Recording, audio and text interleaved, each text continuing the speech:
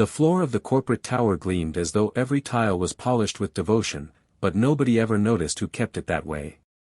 Every morning before the sun rose, and every night long after the last employee had gone, Daniel pushed his mop across those endless floors, moving with the silent grace of someone used to being unseen. He was 42, a single father, and a janitor who carried the weight of quiet sacrifices. His life revolved around his little boy, Ethan, who was just 9 and deaf from birth. Daniel had learned sign language the moment doctors told him Ethan would never hear. It wasn't just communication to him, it was a lifeline, a way to ensure his son never felt alone in a world that so often shut out voices that were different. But life hadn't been fair. His wife, overwhelmed by the diagnosis and the endless hospital bills, left when Ethan was just 3. From then on, it had been Daniel and Ethan against the world. He never told anyone at work about his son. It wasn't shame, never shame, but fear. People looked at weakness like vultures did at prey. A janitor with a special needs child. That was a story that would be twisted and whispered in corridors.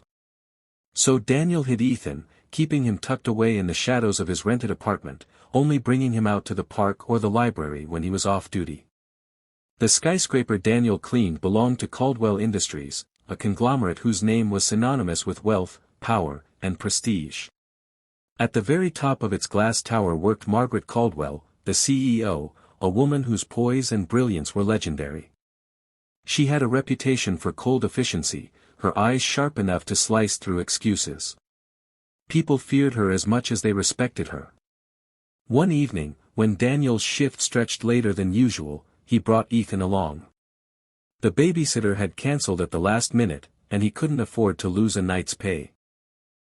Ethan sat quietly on a bench in the lobby, sketching with crayons Daniel always carried in his bag.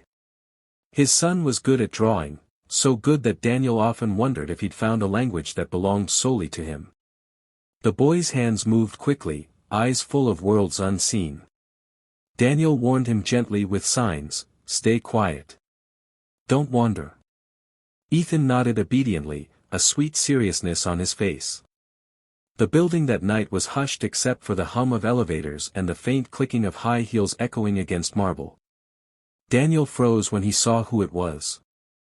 Margaret Caldwell herself was walking through the lobby, her silk coat flowing behind her, a tablet in one hand. Executives rarely crossed paths with janitors, and he tried to keep his head down, focusing on his mop. But Ethan, unaware of the invisible lines between the powerful and the invisible, looked up from his sketchbook. He saw Margaret's daughter trailing a step behind her. The girl, around Ethan's age, had long dark hair and a shy air about her. Her name was Lily, though Daniel only knew it F.